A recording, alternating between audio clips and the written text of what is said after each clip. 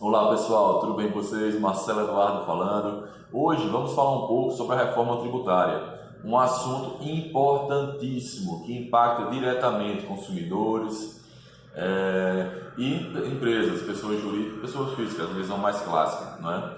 Então hoje vamos falar um pouco sobre a proposta que está tramitando no Senado, a proposta que está tramitando na Câmara, né? E falar um pouco sobre essa primeira fase, né, que foi apresentada pelo ministro da Economia, né?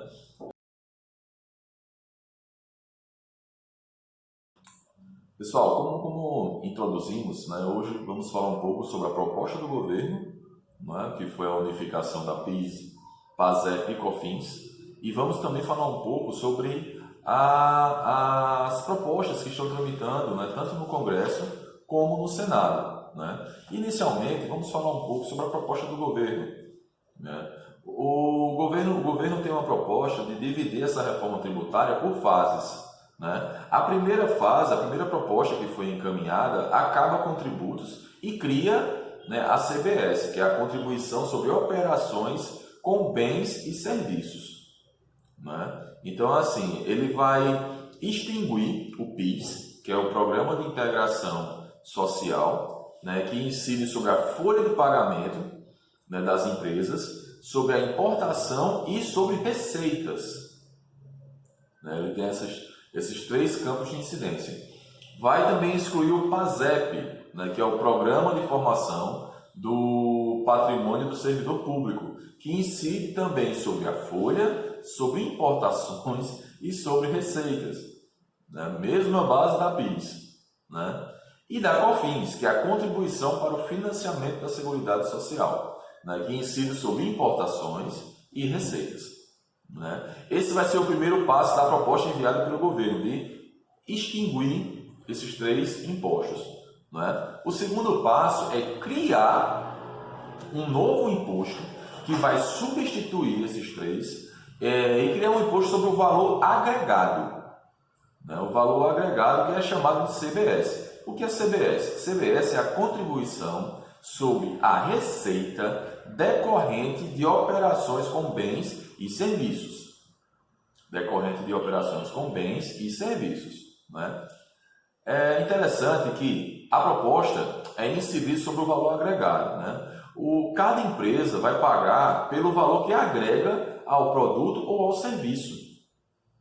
Para uma empresa que vai agregar valor, por exemplo, ela vai pagar em cima de... Por exemplo, eu comercializo um produto, eu tive um custo de R$ 100 para adquirir o mesmo, né? Comercializo o mesmo por 150, desculpa, por 150. Então eu vou pagar o CBS, que tem uma alíquota de 12% sobre os R$ 50 que eu agreguei ao produto.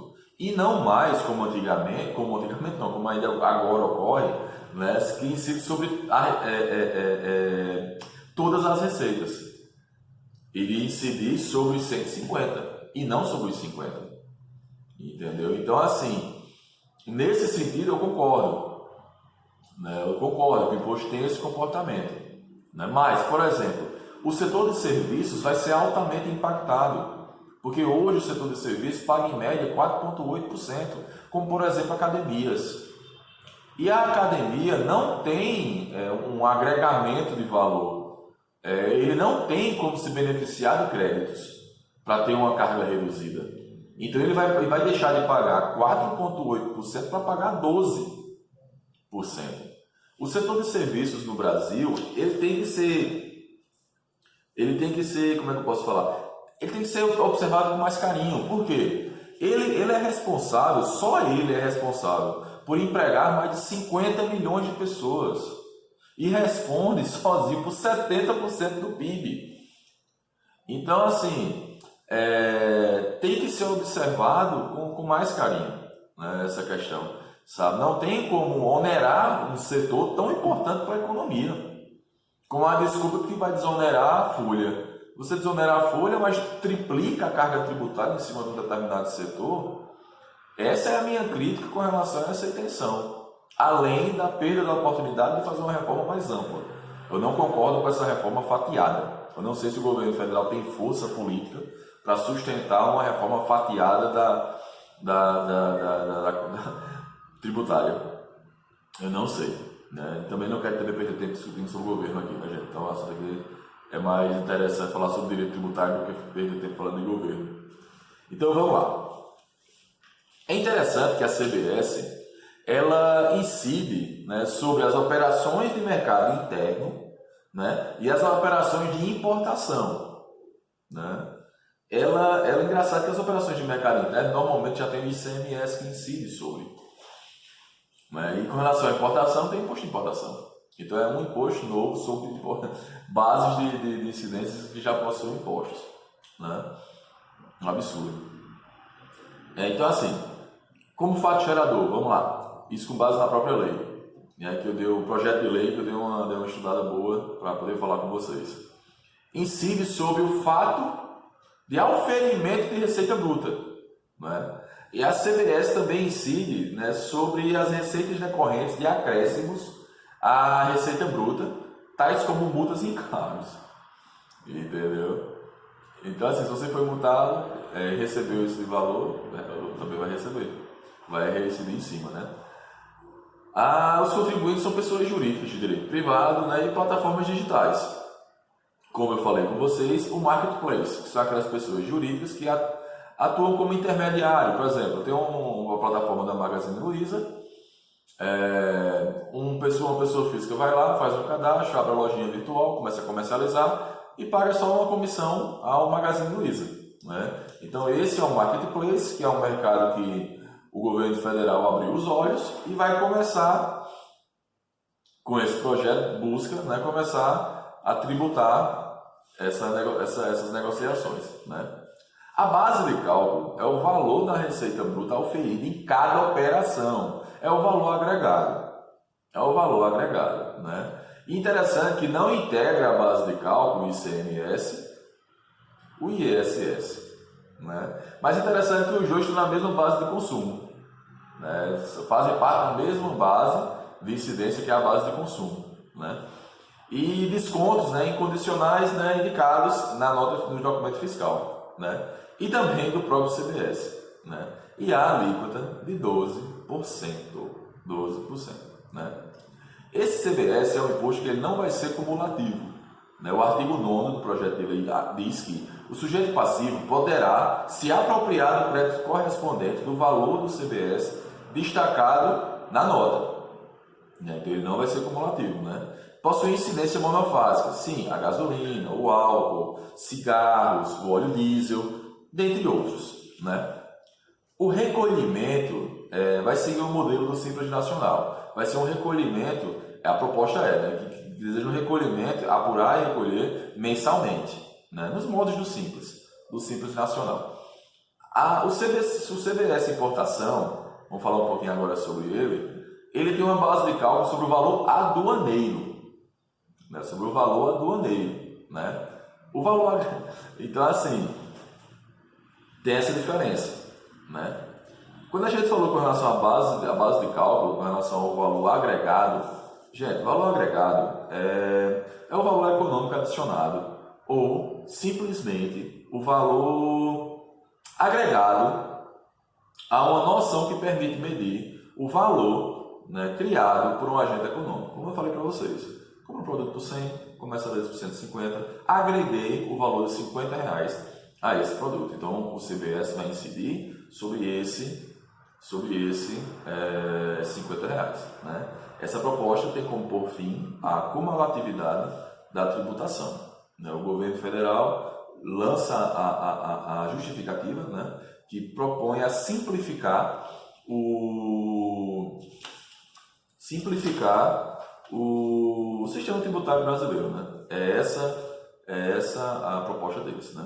E o governo federal também diz que a segunda etapa vai ser justamente o trabalho sobre o IPI, né? O trabalho sobre o IPI, de transformar em um imposto seletivo o IPI, né?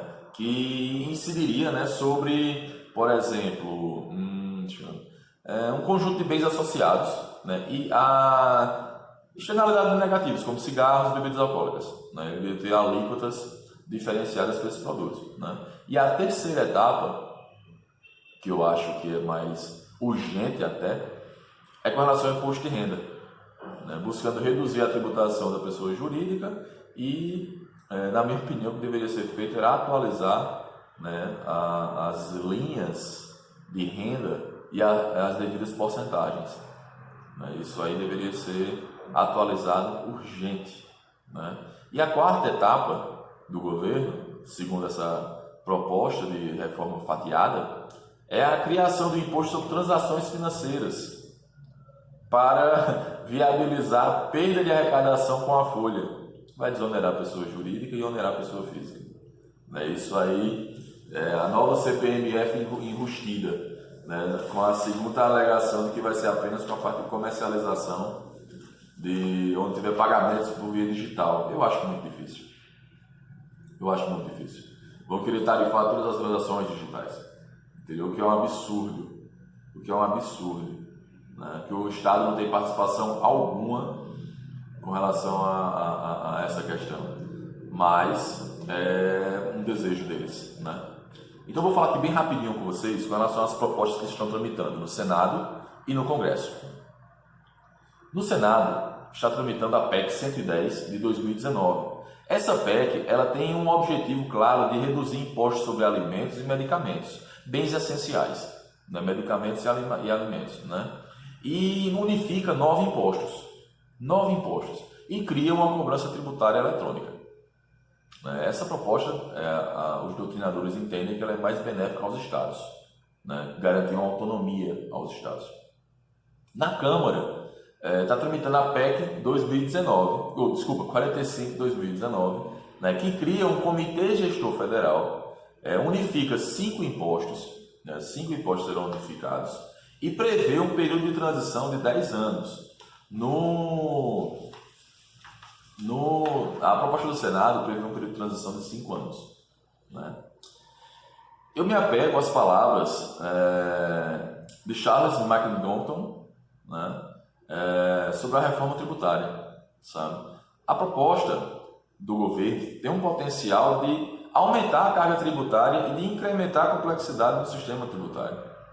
Eu não vejo essa proposta do governo, a criação do CBS, como benéfica, principalmente para o setor de serviços, onde praticamente vai triplicar a incidência tributária, triplicar, né, a carga tributária, principalmente para quem está no lucro presumido, entendeu? Vai triplicar a carga tributária.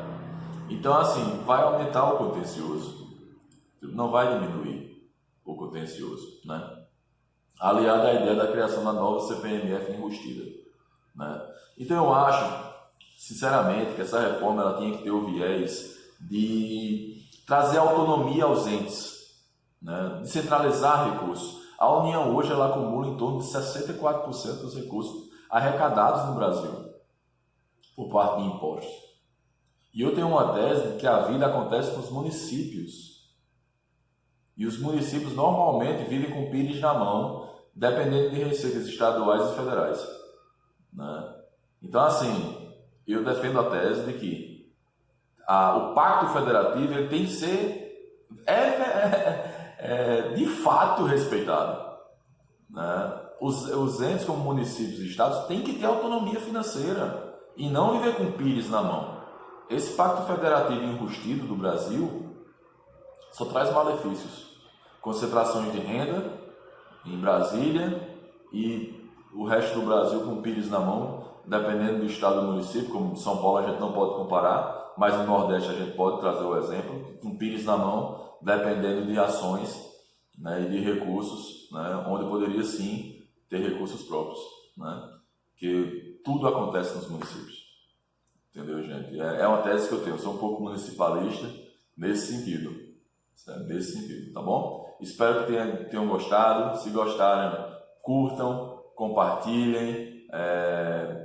Vamos continuar com esse trabalho de informação, trazendo conteúdo para vocês, tá bom? Um forte abraço, fiquem com Deus. Qualquer dúvida, pode mandar mensagem, certo? Tem meus contatos aqui, deixa uma mensagenzinha no vídeo que com prazer responderei. Forte abraço.